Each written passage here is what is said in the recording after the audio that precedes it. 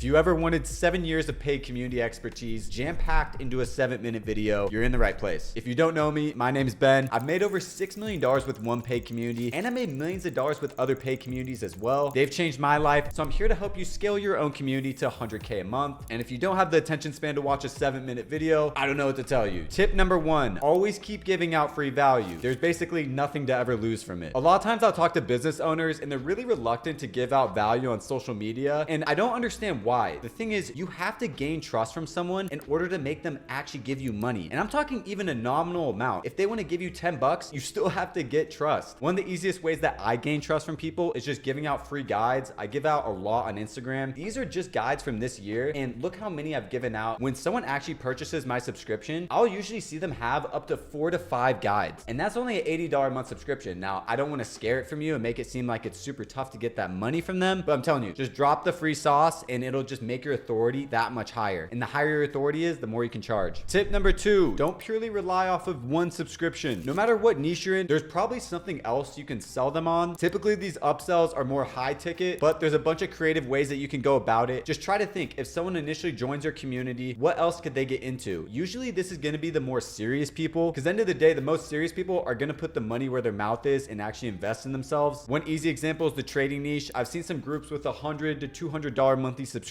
give out these masterminds, which are $3,000, $5,000 plus, and they work really well because it's not supposed to be the entire group buying. It's supposed to just only be the most serious people, and it's a positive sum game for everyone because they can get more serious about it and they can level up. And like I said, there's a bunch of creative ways you can go about it. It doesn't necessarily have to be some super low ticket thing, bringing them all the way to some super expensive program, but just try to do what works for your offer. I really do like the master classes for anyone selling any sort of info product. I think there's something to be said to actually meeting the creator or the head of the group in real life, and of course with that is a big premium. Tip number 3, make sure to be using affiliates. This is going to become more and more important, especially for 2025. You can see WAP does it really easily with their affiliate program. I think it's a pretty smooth one. One big thing to keep in mind is with AI and all these people making videos, there's just a lot of noise on social media, so you can kind of cut through the noise by counterintuitively making more noise and just getting more videos out there. One big thing about running affiliate programs, make sure to give a very generous revenue share. End of the day, you kind of have to be realistic about what someone's going to be willing to do. If they're not going to make any money or they don't see any money quickly, they're probably not going to continue, and that's why giving a generous rev share is important. I would even do a high renewal, something like 30% all-time revenue. Be generous and you'll probably get better affiliates in. Tip number 4, whoever you promote in your team, make sure they're a good fit for the long term. Whether this is school, Discord, WAP, some Facebook group, you want to be seriously very thoughtful about who you rise the ranks with. This is your business at the end of the day. Think of it like you owned a Ferrari dealership. You're going to obviously need some workers. You're going to give some workers the keys to the dealership and the keys to the cars. That person has a lot of power. They could literally crash a Ferrari speeding it, or they could just try to steal one. So obviously you would hire someone trustworthy. And how is it any different than an online business like a community? If you give someone any sort of admin access or special controls or any sort of promotion within your community, you want to make sure that they're trustworthy and that they're actually a part of the team and want to grow it with you. So choose wisely and make sure to hire A-team people. And I think a big thing about hiring A-team people is taking from the big companies like Facebook and all those FANG software companies. They make it a pretty grueling hiring process because they really want to comb through and make sure the person is legitimate. So really just make sure you have all those intro level questions, figuring out who they are as a person and what their expertise is. You'll probably realistically have to interview a lot of people, but if you have good interview questions, you can help comb through it a lot faster. And I also suggest hiring people internally from your own community if it's a decently active and large one. They're already interested within your niche and your offer, so that helps a ton. Tip number 5, this is especially important if you do any sort of coaching program, any sort of mentorship, something like that. Hire good accountability coaches and success managers. You want to make sure that you're holding the students accountable for actually trying, and it's honestly a huge part of it. Even if you have a super good offer, something like TikTok Shop, where you can make a lot of money, if you don't put forth the effort, you're obviously going to fail. And if someone's brand new into business, they don't realize the level of grit and effort it takes. Really hammer it through that they have to be going for this stuff every single day, every single week. One way you can do this is just have your own actual coaches. Just keep up to date on people and make sure they're going for it. If you have a really large program, I would suggest having one designated accountability person, and that should increase the success of your program and obviously make you more money and just an overall better product. Next tip, make one part of your community that makes someone not want to leave. Really think about it in the back of your head. What's one thing proprietary that no other competitor within your niche has? So one of the ones for my group, for example, is custom monitors and software. So if they leave the group, they're not going to have access to this Amazon monitor. And not having access to an Amazon monitor could mean they could lose up to $1,000 profit for that month. So you want it in the back of their head thinking, oh, I would actually lose out on more money by leaving the group than just staying in because I lost access to that monitor. So that's the thought you want to have in the back of your head. And you can apply this for basically any niche really. It's honestly a fun exercise to go for, just thinking of one thing you could add that would really help the success and just ease the lives of the students. One more example. Let's say you run a real estate wholesaling community. You're trying to call up buyers, get them as low as possible. Well, one thing you could offer is one monthly audit to be able to audit their calls and see how well they're doing. And that could be really important to someone that's in that community, because that could be the difference of closing more calls and making more money. And it just means a lot to them, actually having the community owner listen in and give feedback. And my last tip is be ready to iterate the product. When you're running a community or any sort of info product really, it has to evolve almost on every single front. It has to evolve on the marketing aspect, on the back end product aspect. It literally has to change almost every single year, honestly. This world is a very ever-changing place, and if you don't adapt to whatever is happening, it's gonna die out. It's just the reality of it. So really keep with a forward-facing lens. Try to think, what are the strategies that are gonna work for the next year, not just now. I always try to put myself ahead. How can I be making money with this, not just now, but a year, 2, 3 years from now? Be adaptive on all ends, and I promise you, you will make more money. In terms of the marketing front, there's really no better way to do it than just being chronically online and really seeing how you can position yourself. And then on the community front, in terms of adapting it and making it as good as possible, if you know what you're talking about, I find that part pretty easy because you can directly see the success of the students and everyone within the community. So just always be adding and implementing to make sure that they're making the most money possible. Anyways, who doesn't love a quick little fun video? Just giving out all the tips from stuff I've analyzed literally over the past 7 years. So if you want to learn even more, you're in the right place with this channel. Click the link in the description. I got another bigger video for you. I really go in depth in that one. So if you want to dive in more, make sure to click on that. But anyways, I'll catch you in the next one.